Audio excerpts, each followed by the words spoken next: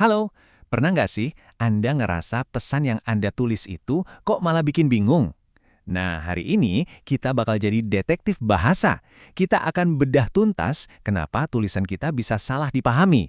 Dan yang paling penting, gimana cara memperbaikinya. Yuk, kita mulai investigasinya. Oke, investigasi kita dimulai dengan barang bukti pertama. Coba perhatikan kalimat ini. Pemerintah berkomitmen untuk menanggulangi kemiskinan dengan memberikan bantuan. Sekilas kelihatannya normal-normal aja ya. Kalimat kayak gini kan sering banget kita temuin di berita atau dokumen resmi.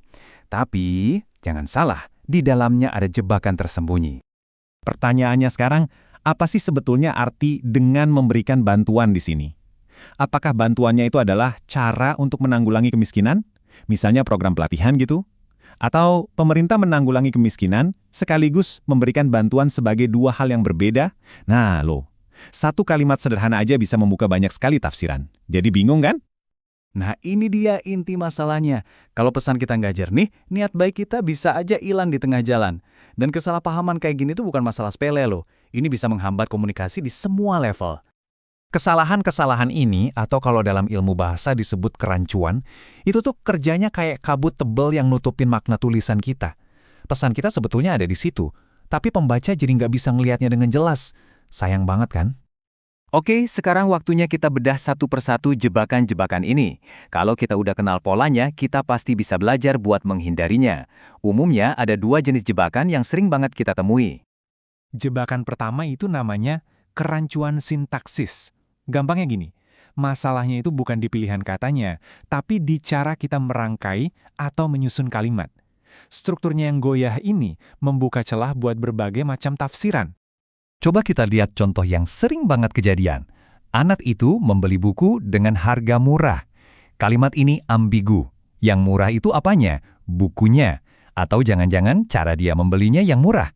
Nah, dengan sedikit perbaikan, jadi membeli buku yang harganya murah, maknanya langsung terkunci. Jelas banget. Lanjut, jebakan kedua, ambiguitas semantis. Kalau yang ini, biang keroknya ada di pemilihan kata. Kata-kata yang kita pakai mungkin secara tata bahasa udah benar, tapi secara makna, malah saling tabrakan. Perhatikan deh contoh ini. Dia adalah orang yang baik hati meskipun pemarah. Kata meskipun di situ menciptakan kontradiksi. Kok bisa baik hati sekaligus pemarah? Rasanya aneh kan? Coba kita ubah jadi, dia adalah orang yang baik hati tetapi terkadang pemarah. Nah, kalimatnya jadi jauh lebih logis. Artinya, dia pada dasarnya baik hati, tapi punya sifat pemarah yang sesekali muncul.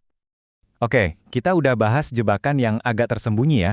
Sekarang kita geser ke kesalahan-kesalahan yang kelihatannya lebih sederhana, yang sering kita anggap sepele, tapi ternyata punya andil besar juga dalam merusak kejelasan pesan. Jangan pernah sekali-kali meremehkan kekuatan titik dan koma. Serius, kesalahan ejaan atau tanda baca yang salah tempat itu bisa banget mengganggu alur membaca. Dan yang paling parah, bisa mengubah total makna yang mau kita sampaikan.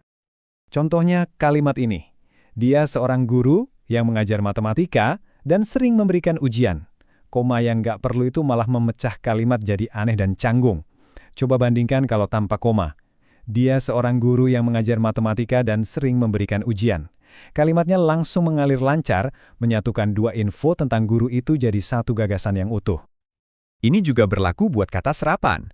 Kata draft itu udah punya ejaan baku dalam bahasa Indonesia, yaitu pakai F. Menggunakan ejaan yang benar itu bukan cuma soal kelihatan profesional, tapi juga soal kita patuh pada kaidah bahasa yang baik dan benar. Nah, setelah kita identifikasi semua masalahnya, tentu kita butuh solusinya kan? Anggap aja ini adalah semacam perlengkapan dasar, toolkit wajib yang harus dimiliki oleh setiap detektif bahasa atau penulis yang mau pesannya sampai dengan utuh. Kunci buat menulis dengan jernih sebetulnya ada di 4 langkah sederhana ini. Pertama, ya pelajari aturannya. Kedua, ini wajib. Selalu baca ulang tulisan Anda sebelum dikirim atau dipublikasi.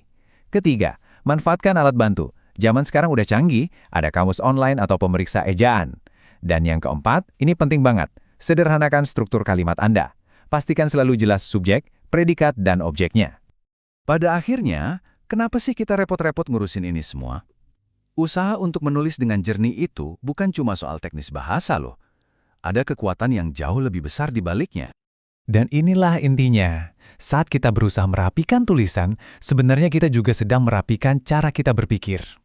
Kemampuan untuk menyampaikan gagasan secara jelas, ringkas, dan tepat sasaran, itu adalah bukti bahwa kita benar-benar paham sama apa yang kita bicarakan.